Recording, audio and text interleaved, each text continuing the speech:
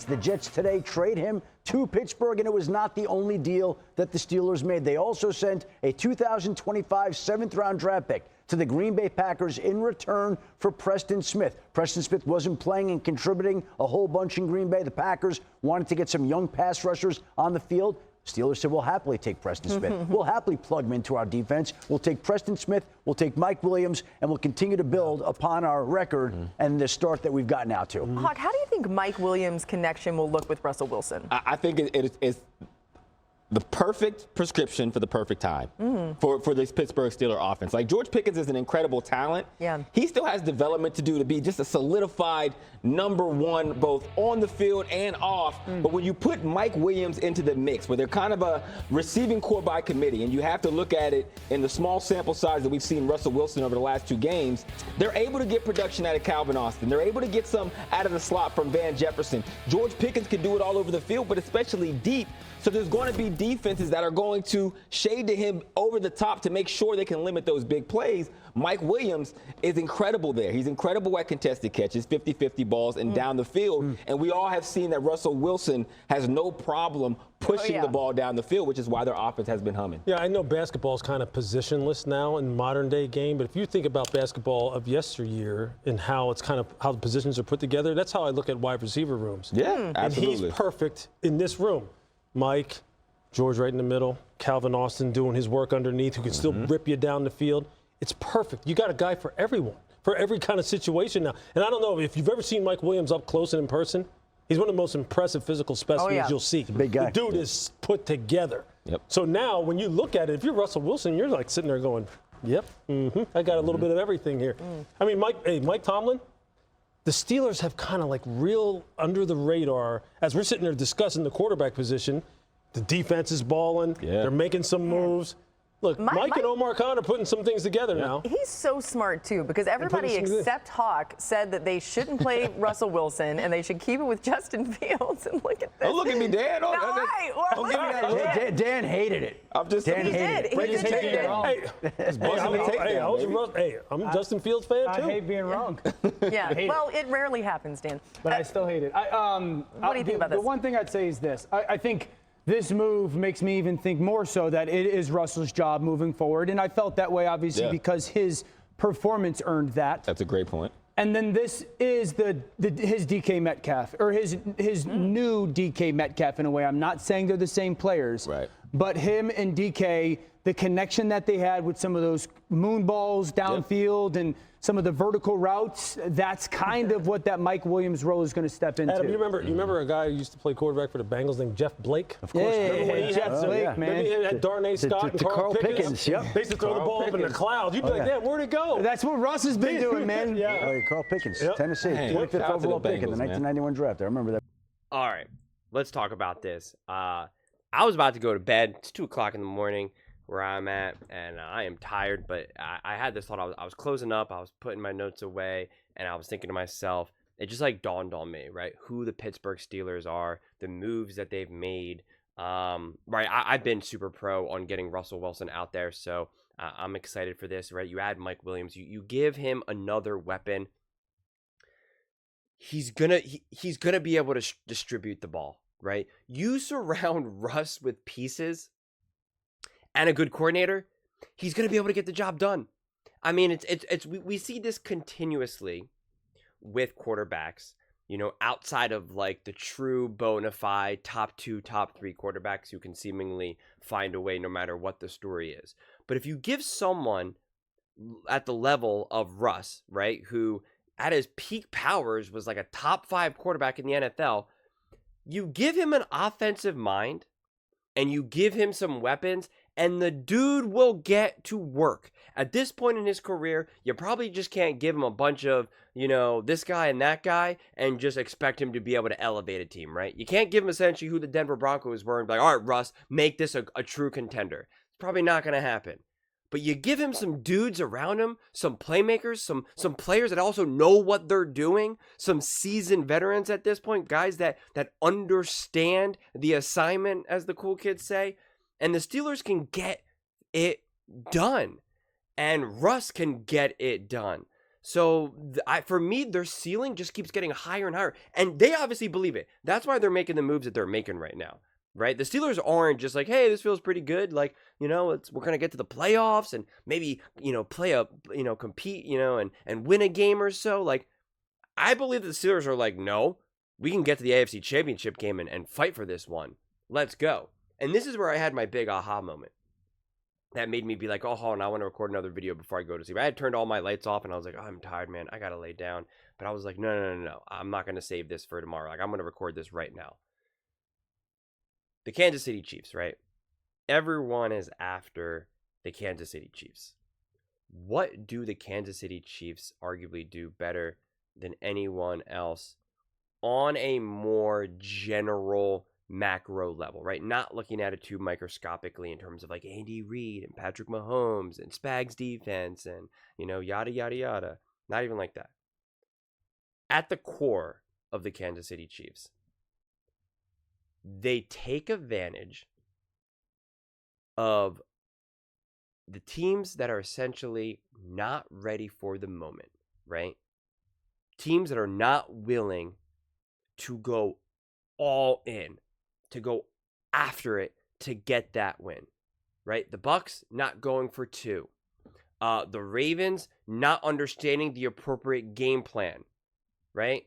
The Buffalo Bills, they were not ready. Now I'm talking about last year for the playoffs. The Buffalo Bills, right?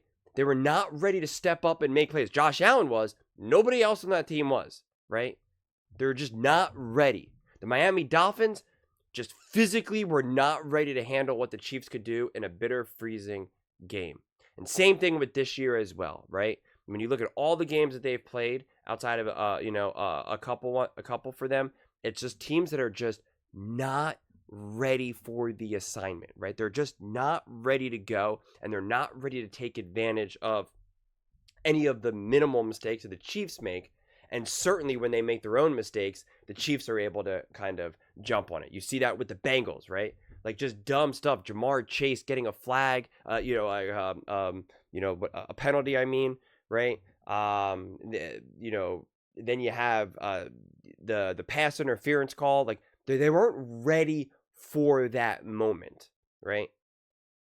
That's not how Mike Tomlin has the Steelers play, right? Look at how the Steelers played versus the Bills last year in the playoffs, right? With backup quarterbacks, a team that nobody thought had any business doing anything. Yet they gave the Bills arguably a run for their money, right? Like it was a game that they legitimately could have found a way to win. Like the Steelers are ready to play. They're ready to ball. I'm going to do this. Like, let's just zoom into his face, right? That is the look. Oh, you can't see it. That is a look of a Steeler right there, right? That is Mike Tomlin energy. So I think to myself, what would the Steelers look like against the Kansas City Chiefs? And at a minimum, what do the Steelers look like? They look like they're ready. That's the difference. That's the difference. You can trust that if Mike Tomlin has a good enough team, that if he has the weapons, the pieces, the guys, the dudes, the quarterback, the defense, he will have this team ready. And that's what you're fighting for this year, right? Can you have an opportunity to face the Kansas City Chiefs in the playoffs? Will you be ready? The Ravens last year were not ready. The Bills were not ready. The Dolphins were not ready. The Steelers, they're always ready. They might not have the pieces over the years, right? They didn't have the quarterback play, but they are ready. They're there to go. So that to me makes this more and more exciting for the aggressive moves that the Steelers have made, because it signals to me that they believe in what they can accomplish this season. And we can look at a lot of these other teams, and like I keep saying, they just don't seem to rise to the occasion. We know that Mike Tomlin rises to the occasion. He's already proved to be able to do it, right? He's held this team, the Steelers, together with bad quarterback play and gritty defenses for years now. We know Russ will rise to the occasion. I know it's It's pretty popular. It's trending to just not, believe in Russ. But, like, how quickly we forget who Russ is. He can rise to the occasion. He can handle the moment. There's a lot of quarterbacks out there that are playing right now that have not proven to be able to do what Russ can do. I almost said Russell Wilson. What Russell Wilson could do, right? I mean, that's just a fact. I mean, how many Super Bowl winning quarterbacks are in the NFL right now? I mean, you got, I'm not going to be able to remember them all, but it's like Mahomes, Stafford, Aaron Rodgers.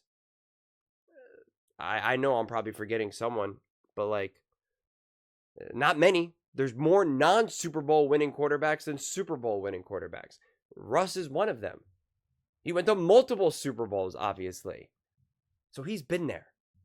He's going to be able to handle the moment. So this is an exciting move. I'm really excited to see what the Pittsburgh Steelers can do. I know they're going to have an insane level of belief. They have the coaching staff. They have the players. I'm really curious to see if they can continue to bring this together. Is their offense right? They're averaging 31.5 points per game, 417 yards per game in 2 games. It's obviously an incredibly short small sample size. But if their defense continues to grow and elevate, and their offense continues to grow and elevate and become more resilient, I mean, then the Steelers aren't just like some team that's happy to be there. Right? Like, I feel like that's how this season unfolded because everyone was believing in the Ravens, the Chiefs, the Bills, the Texans. And it was like, oh, the Steelers look pretty good. But, like, yeah, they look good and they'll be competitive. But, like, no one really thinks that they can win.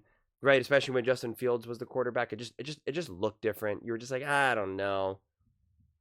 I think they may have finally shed that costume, so to speak. Right, that reputation. I don't see how you could look at the Steelers as just like, yeah, they're gonna be a tough team. They'll be pretty gritty, but like, you're not gonna fear the Steelers. I don't know, man. I think there's. I just listed all the reasons why teams should fear the Steelers. So I'm excited for their next few games. Right, I'm really interested to see. I think Russ has only been there for 2 games. I want to see him get to like 4, 5, 6 games, which, and then you're going to be near the, essentially near the end of the season. But like to get a real feel for who is the, what is this team? Who are these guys? Right.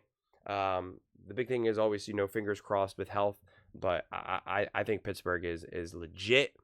I think they're going to be gritty. I think they're going to be hard. I think they're going to be well prepared. They're ready. They have the leadership. I think they have the leadership on the field, off the field. I think it's actually a great balance between Mike Tomlin being that gritty, tough dude and Russ kind of being that more laid back, corny dude. I think it balances it out, honestly. I really, really do. Almost all great championship level teams kind of have both, right? You need your Bill, you need your Brady, you need your Gronk, right? You need your Mahomes, you need your Andy Reid, right? You need a mix of it all, quite frankly. And I think that's what the Steelers have. They have that collection of personalities that really seem, as corny as it sounds, to fit together like a puzzle, right? And that is what you need. And that is what they have right now. And it's going to be interesting. But those are just my thoughts. I'd absolutely love to hear yours. What do you guys all think about the Pittsburgh Steelers? Do you think this makes them a legitimate contender now with the moves that they're making? Let me know in the comments below. I read every single comment, so whether you agree with me or disagree with me, either way, let's get in some discussions. Let's get in some fights, but ultimately, let's just have some fun. And please do consider subscribing. We are building an amazing community here, and I'd absolutely love to see you part of it.